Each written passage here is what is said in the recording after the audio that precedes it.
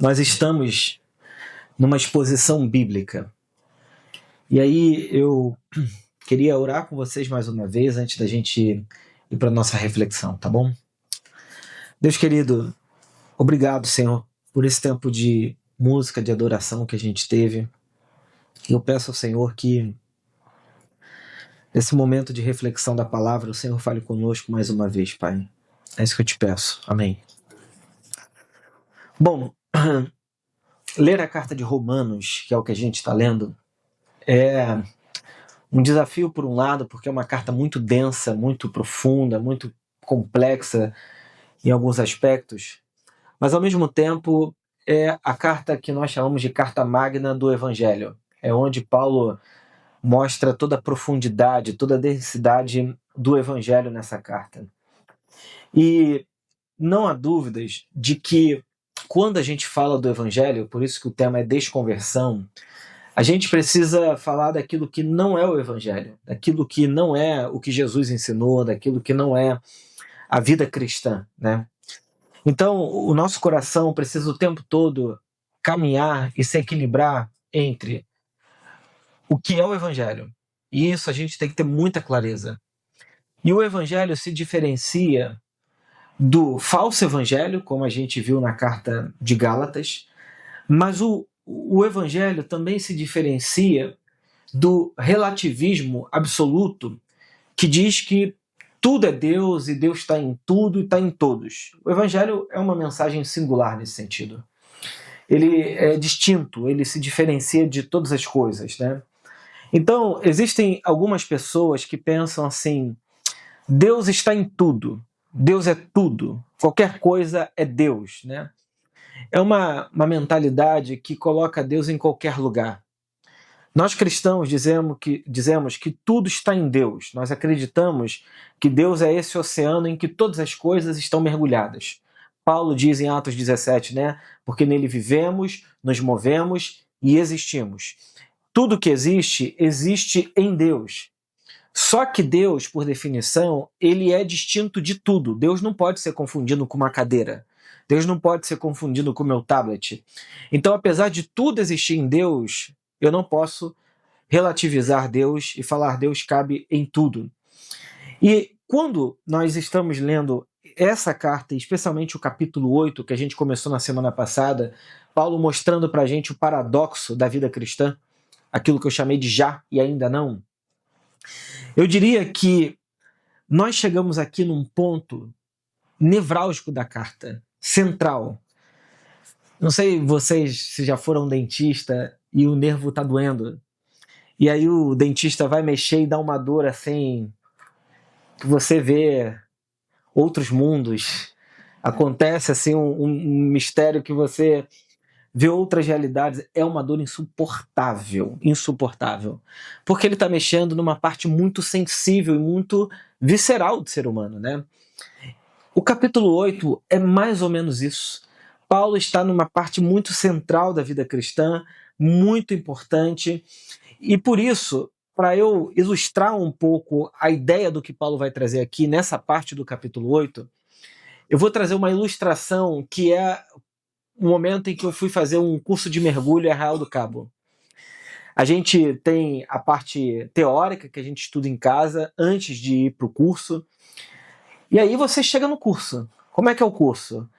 O técnico lá, o treinador te dá a roupa de mergulho, né, o prene grossa tal, você aprende a montar e desmontar o cilindro, enfim, o oxigênio que você usa ali para respirar debaixo d'água, a máscara, saber qual é o tipo de máscara, como é que você vai lidando com cada situação, maneiras de você simplesmente deixar de existir. O que acontece se acabar o oxigênio no fundo do oceano, você não pode voltar rápido, tem que pedir ajuda. É uma série de coisas assim terríveis que você fica lidando o dia todo. E aí você vai para uma piscina. A piscina tem 5 metros de profundidade, fica treinando naquela piscina durante horas e horas e horas. E aí eu lembro que na piscina já dá aquele sentimento claustrofóbico, a primeira vez que você vai fazer o mergulho, máscara, não sei o quê, tem que aprender a respirar não pelo nariz, pela boca. Então você tem que se adaptar a uma série de coisas novas. Chegou no mar, oceano, mar aberto, e aí a gente pula do barco e agora tem que mergulhar.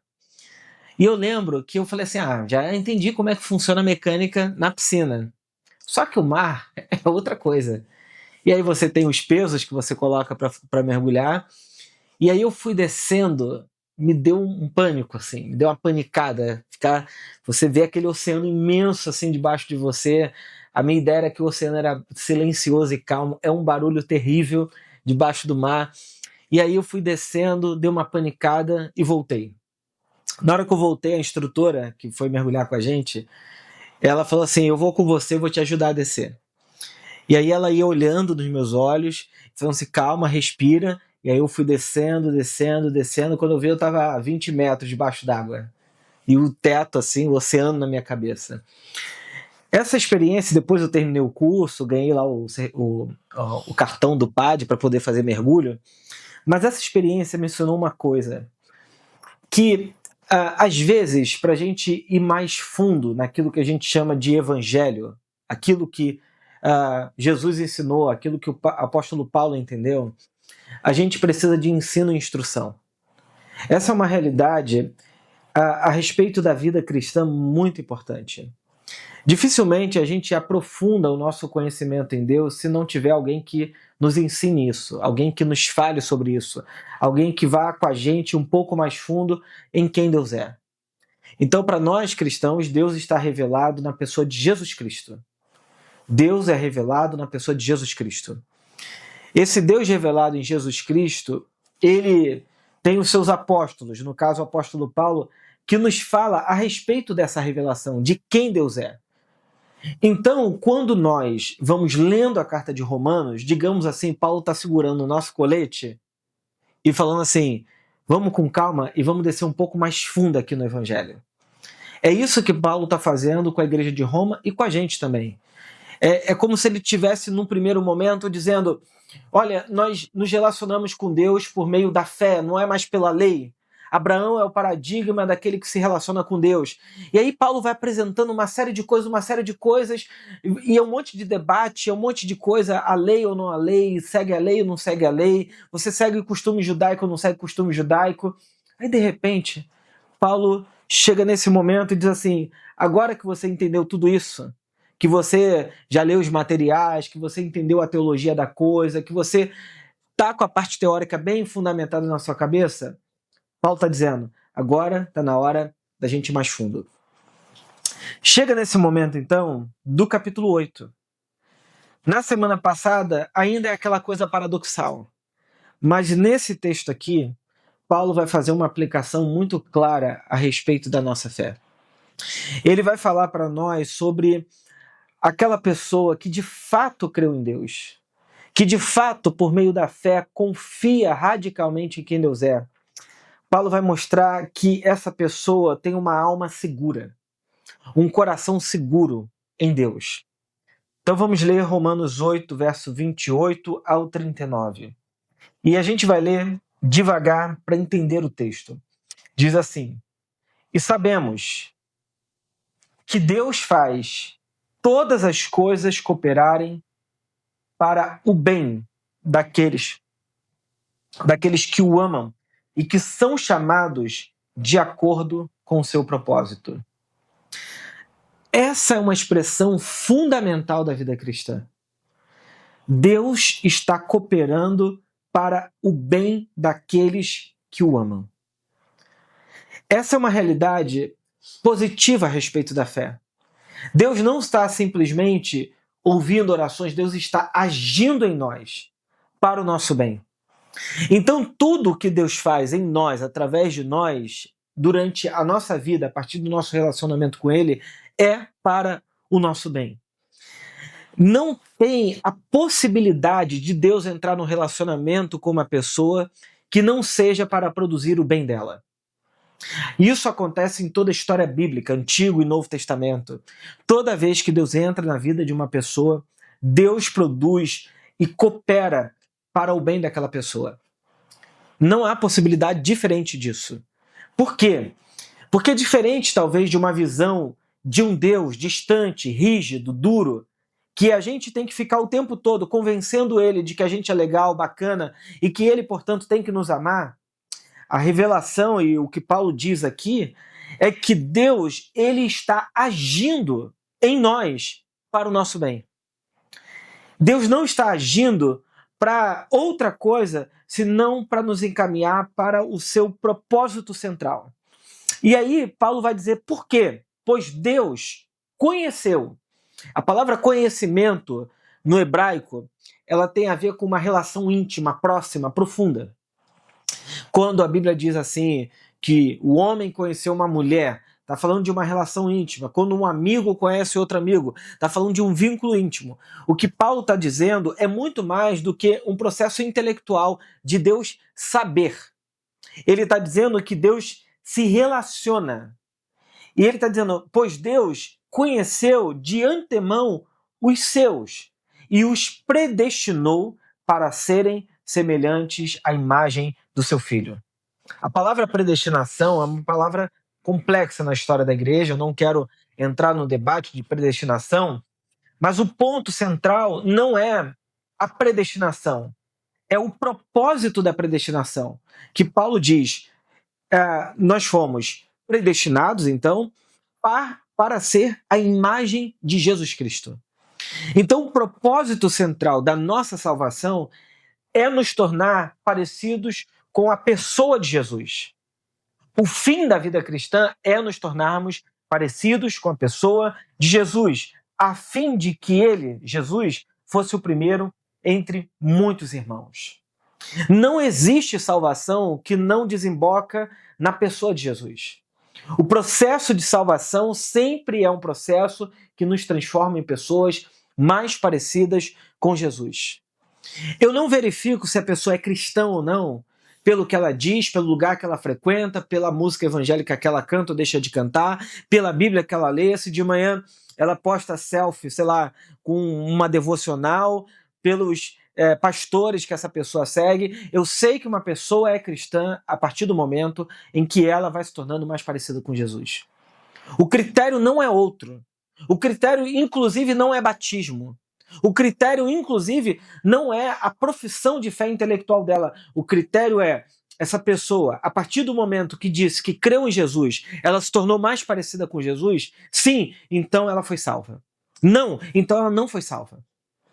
Ainda que seja um pastor, ainda que seja uma pessoa evangélica, católica, seja como for, se essa pessoa não se tornar mais parecida com Jesus, ela não teve, de fato, um encontro que nós chamamos o encontro de salvação. Ela não tem fé. A fé dela não serve para nada. Porque a fé, conforme a Bíblia diz, é uma fé que produz um resultado. Se eu não tenho o resultado da fé, significa que eu não tenho essa fé. O cálculo não é, bom, eu tenho fé. Ah, que ótimo. Não, o cálculo é, eu fui me tornando mais parecido com Jesus? Sim, portanto tenho fé. Porque o propósito, Paulo está dizendo, da nossa predestinação é nós sermos semelhantes à imagem do seu Filho, Jesus Cristo. Depois de predestiná-los, verso 30, ele o chamou. Aqui é importante entender a palavra chamado. No mundo evangélico, chamado é para missão, para ser pastor, para ser... Isso não é chamado na Bíblia.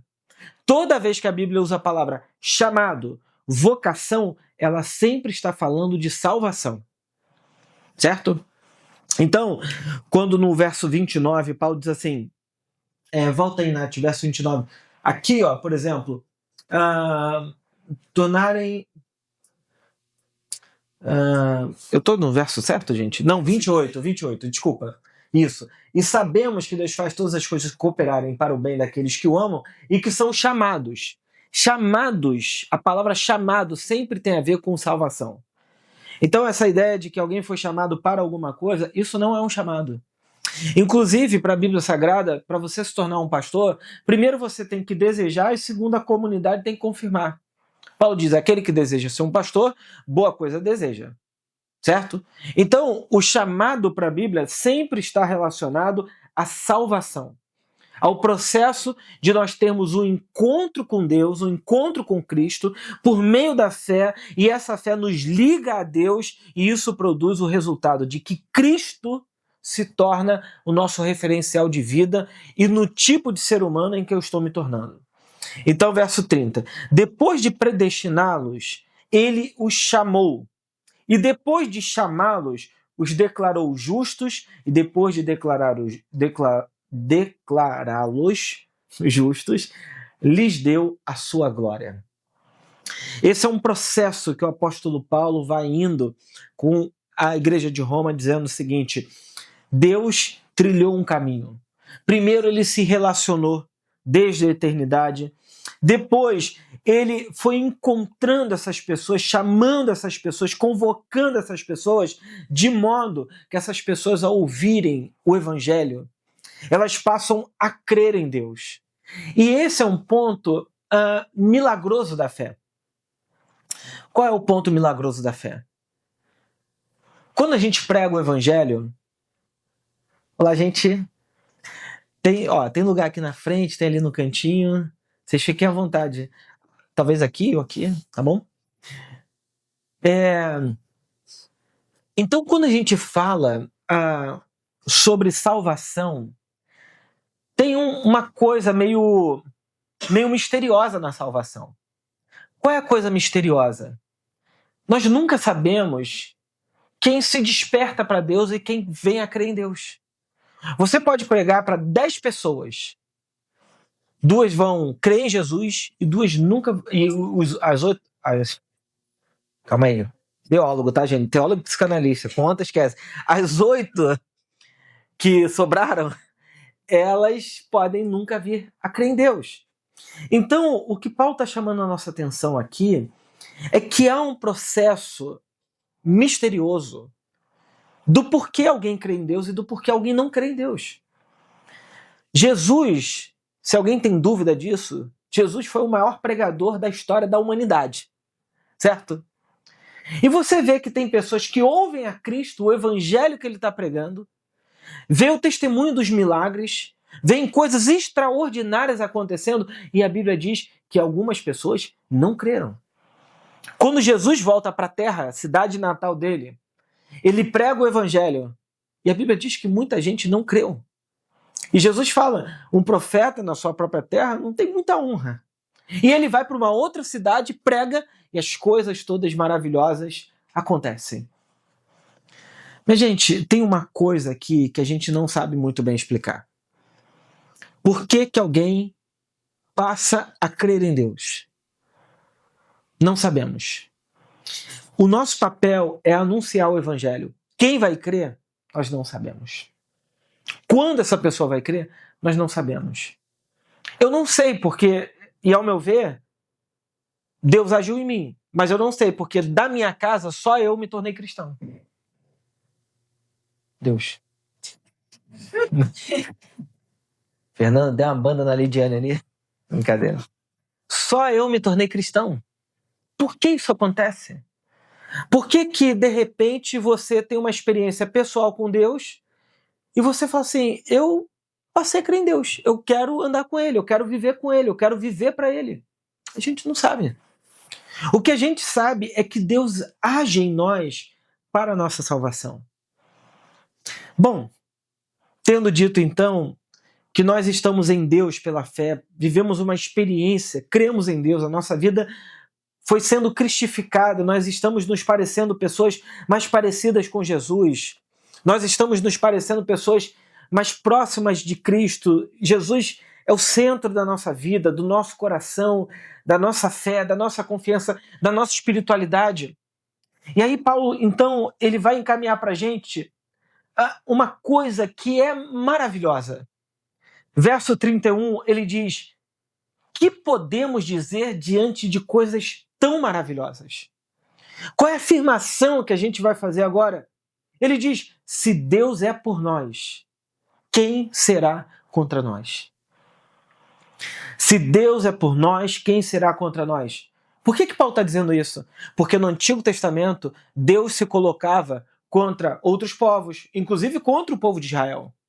Mas Paulo está dizendo que por causa de Cristo, nós fomos aceitos de tal modo que ele vai dizer o seguinte, Deus agora não tem como mais ficar contra nós. Se Deus é por nós, quem é que pode ser contra nós? E aí ele vai colocar o critério fundamental dessa conversa. Se ele não poupou nem mesmo o seu filho, mas o entregou por todos nós, acaso não nos dará também todas as coisas? O Deus que a gente crê é um Deus que tem uma visão e nutre uma visão positiva a respeito do ser humano. Deus tem interesse no seu progresso. Deus tem interesse na sua história. Deus tem interesse na sua vida. Na quarta-feira, a gente estava no nosso encontro lá, eu, Otto, Nath, Ramon, Renata, a gente conversando lá, comendo pizza. E eu falei pro Otto assim, né? Eu tive duas experiências na vida muito marcantes. A primeira foi a minha experiência de fé. Eu cresci como uma criança muito depressiva, muito angustiada, muito triste. E não era uma coisa assim, uma tristeza que eu ficava deitado. Era uma tristeza de eu chorar por 3 horas seguidas, direto. Minha mãe me levou em tudo que é lugar que ela podia para me ajudar. Eu vivia numa angústia de alma muito profunda. E eu lembro que quando eu tive a minha experiência de fé, aquele sentimento profundo de angústia e de tristeza, ele fez assim dentro de mim. E eu consegui viver com qualidade depois daquilo. Óbvio que a segunda experiência foi a minha análise, quando eu comecei a tratar dentro de mim os aspectos profundos de morte, de violência dentro de mim, né? Mas o que me possibilitou, talvez, a viver uma experiência de análise melhor foi a minha experiência de fé. Eu estava bem para conseguir tratar outras coisas. Eu não digo que isso é uma fórmula mágica, mas eu digo que, para mim, a minha experiência de fé, a minha experiência com Deus, proporcionou dentro de mim a possibilidade de eu viver como uma pessoa saudável. Crescer como uma pessoa saudável. Construir coisas, construir vida. O que é isso? Se não o que Paulo está dizendo. Se ele não poupou nem mesmo o seu filho, mas o entregou por nós, acaso não nos dará também todas as coisas? O interesse de Deus em nós não é só um interesse em que nós cremos nele. Não, Deus tem um interesse no nosso progresso, na nossa vida, na nossa história, na nossa construção de vida. E ele diz: quem se atreve a acusar os escolhidos de Deus? Ninguém. Pois o próprio Deus é quem os declara justos diante dele. É como se nós tivéssemos uma sentença universal diante do quê? Da morte e do pecado, que é o que ele tratou no capítulo 1, 2, 3, 4, 5 e 6 da carta de Romanos. O que Paulo está dizendo basicamente é o seguinte: você errou, quem é que pode te acusar? Talvez você vai ser acusado pelo tribunal, sei lá, por algum lugar, mas diante de Deus você já está perdoado. Essa é uma realidade difícil da gente pensar. Deus nos perdoou de todos, absolutamente todos os nossos pecados. Mas eu também não estou falando daquelas pessoas que de maneira absolutamente leviana dizem: Deus me perdoou de tudo. Ah, que ótimo. Eu estou falando de gente que foi cristificada, que entende que ele está vivendo a reversão dos efeitos da morte e da queda dentro dele. E que não vive celebrando os aspectos de morte e de tragédia que essa pessoa vive. Eu não estou dizendo que a pessoa que... Vou dar um exemplo esdrúxulo aqui, tá? Vive roubando o dinheiro da sua empresa.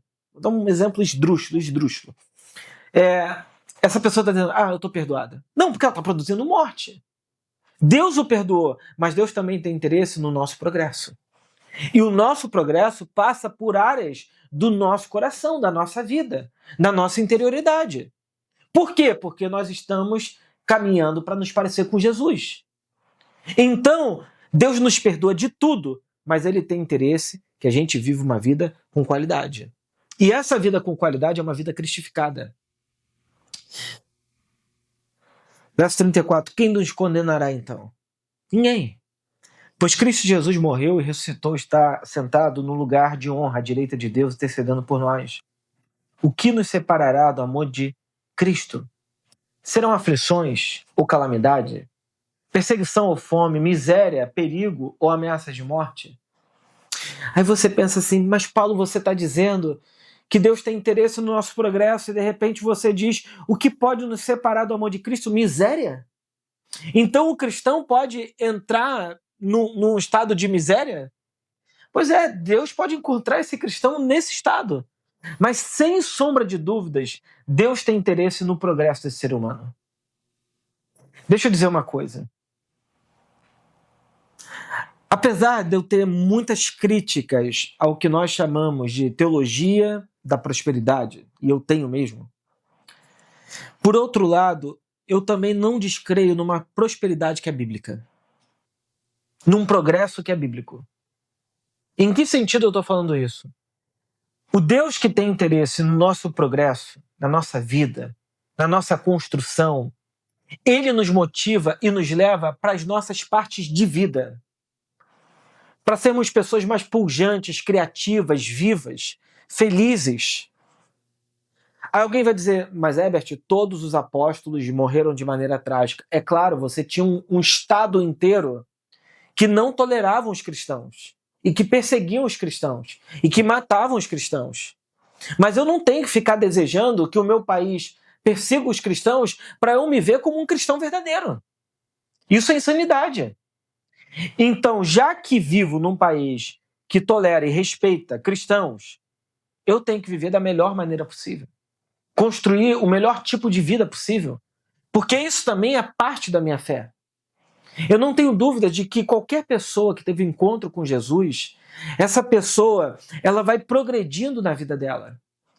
Você imagina o que era uma pessoa destruir a si mesma, a sua família, porque bebia demais, sei lá, se drogava demais, e a pessoa destruía tudo, mas ela disse, eu tive um encontro com Jesus e a minha vida agora passa por uma transformação. Essa pessoa não vai ter uma melhora de vida significativa? Ao invés de se destruir, ela vai pensar, eu preciso progredir, crescer, melhorar. Esse é o poder do Evangelho. Não é uma questão moral, é uma questão de vida e morte. Dos aspectos de vida ganhar força dentro do nosso coração. Então Paulo está dizendo, quem nos condenará então? Ninguém, pois Cristo Jesus morreu e ressuscitou, está sentado no lugar de honra à direita de Deus, intercedendo por nós. O que nos separará do amor de Cristo? Será que são essas aflições, calamidades que todos nós vivemos? Muda uma coisa no país, a gente tem que lidar com a calamidade, com o sofrimento, a tristeza. Como dizem as Escrituras, por causa de ti, enfrentamos a morte todos os dias. Somos como ovelhas levadas para o matadouro. Mas apesar de tudo isso, nós somos mais do que vencedores por meio daquele que nos amou. Eu estou convencido de que nem a morte nem a vida, nem anjos, nem demônios, nem o que existe hoje, nem o que virá no futuro, nem poderes, nem altura, nem profundidade, nada em toda a criação jamais poderá nos separar do amor de Deus revelado em Cristo Jesus, o nosso Senhor. Nada. Tem evangélico místico que fica assim, meu Deus, o mundo está vivendo uma calamidade. Nada poderá nos separar do amor de Cristo. Nada. Essa é a confissão de fé mais profunda do nosso coração. Independente do que aconteça, Deus, em seu amor, estará com a gente. Inclusive na morte. O cristão é aquele que morre, mas na morte desperta para a vida eterna com Deus. Essa é a nossa fé. A morte não tem a palavra final para a gente. A morte, ela é uma realidade que todos nós enfrentaremos. Porém, para aqueles que estão em Cristo, a morte, digamos assim, é um sono. É um descanso. E quando essa pessoa acorda, ela está diante do Deus Criador. Como isso acontece? Eu não sei, mas essa é a nossa esperança. Eu não cheguei lá. Mas quando a gente se pacifica com a nossa morte, a vida fica tão boa. A gente tem medo o tempo todo do amanhã, do nosso mundo ao nosso redor. Tanto é que os protestantes foram pioneiros ao construir uma igreja, construir uma escola, uma universidade, um hospital. Essa era a maneira protestante e cristã no geral de produzir bem no mundo. E por quê? Porque a gente quer o bem, o progresso, o avanço da sociedade. Lutero já dizia, se você é sapateiro e constrói o sapato, construa para a glória de Deus e faça bem para o pé de quem usa. Essa é a mentalidade protestante. Então, diferente do progresso que o mundo neoliberal construiu, o pensamento protestante também tem uma ideia de progresso, com base no trabalho, ética, mas é de progresso. É de bem-estar, para o nosso bem-estar, para o nosso coletivo, para a nossa família e para a nossa sociedade. Então, quando nós pensamos que nós somos mais do que vencedores, é nesse sentido que nós precisamos construir uma mentalidade, uma vida de alguém que está construindo uma vida que vale a pena ser vivida. Uma vida boa, uma vida prazerosa, e não uma vida de medo, ressentimento, pequenez, uma humildade falsa que não serve para nada. Esse estereótipo de cristão, ele é bonito para a gente parecer assim, que a gente é muito piedoso e crente. Mas ele não transforma a vida das pessoas. Ele só dá esse aspecto assim, nossa, como é santo fulano de tal, né? Sofre tanto, mas continua firme com Deus. Talvez ela tenha que repensar coisas na vida dela, buscar uma terapia, estudar um pouco mais, buscar outros caminhos de vida, porque santidade é progresso de vida. Sempre é assim. Então a gente precisa pensar esses aspectos da vida cristã, e como Paulo apresenta aqui, como alguma coisa que nos faça crescer pessoalmente, crescer nas nossas relações, crescer em Deus, e é essa pujança de vida. Cara, se Jesus estivesse aqui hoje, assim, presente, a gente pudesse conversar com ele, a Bíblia diz que quando as pessoas ouviam Jesus, as multidões saíam admiradas. Os enfermos eram curados, Jesus produziu um bem-estar. Imagina, gente, não tinha Albert Einstein, não tinha tecnologia de tratamento de câncer, não tinha nada disso. A pessoa chegava no encontro com Jesus e saía curada. Você imagina o que é num mundo desse, a cabeça dessas pessoas, dizendo assim, cara, isso aqui é extraordinário. Eu nunca vi nada parecido com isso. O cara que era preso em grilhões lá, o endemoniado de Gadara, era preso, todo mundo humilhava aquele cara, ele tem um encontro com Jesus, a Bíblia diz que ele voltou para sua família são e salvo. O que é isso? Evangelho não é um caminho de piora do ser humano, é um caminho de melhora. Não é uma santidade rígida, pesada, que todo mundo diz assim, eu não aguento, mas eu tenho que viver. É um caminho de pujança de vida, de alegria, de festa. Então, esse somos mais do que vencedores tem que ser uma verdade para a gente, para o nosso coração. Você tem que se alinhar, se juntar ao interesse de Deus no seu progresso e construir isso. Eu sempre digo que a fé não é só Deus faz e eu passivamente vivo. A fé para a Bíblia é parceria. Sempre.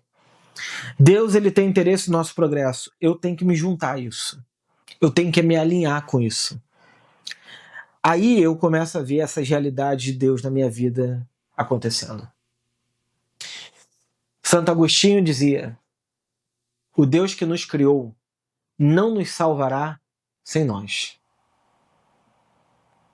A ideia é, Deus nos criou. E a salvação é um processo que ele nos envolve nela. Então que Deus nos ajude, Deus nos dê graça, para que a gente possa experimentar de fato, e se você ainda não experimentou, se você ainda não vive essa realidade, primeiro que o Evangelho alcance o seu coração, de maneira profunda, radical, e que você possa dizer então sim para Deus e viver com Ele. Agora, a segunda coisa é, se você já é cristão, se você anda com Deus, você precisa melhorar a sua, digamos assim, autoestima a respeito do fato do que Deus fez por nós. Deus já fez tudo por nós. Então a gente precisa se alinhar a essa vida de caminho de progresso de vida junto com Deus e construir uma história, uma vida que seja digna, seja boa, seja feliz e que seja corajosa também. Corajosa. Amém. Vamos orar. Deus querido, obrigado por essa manhã, obrigado por esse encontro, obrigado pelo privilégio da gente poder se reunir aqui. E, Senhor, que essas palavras, essa reflexão, essa leitura que nós fizemos hoje aqui seja de vida, de encorajamento para o nosso coração, Senhor. Que seja para a gente construir uma vida, uma história, famílias, amizades, encontros, para a glória do Teu nome e para o nosso bem, Senhor. Que o Teu Espírito Santo, que é dínamos, que é poder, ele enche a nossa vida, Senhor. Para a gente cumprir as nossas tarefas, pregar o Evangelho, enfim, fazer o que a gente tem que fazer para honrando o Senhor e também vendo transformações profundas e reais, Senhor. É o que eu te peço em nome de Jesus Cristo. Amém, amém, amém.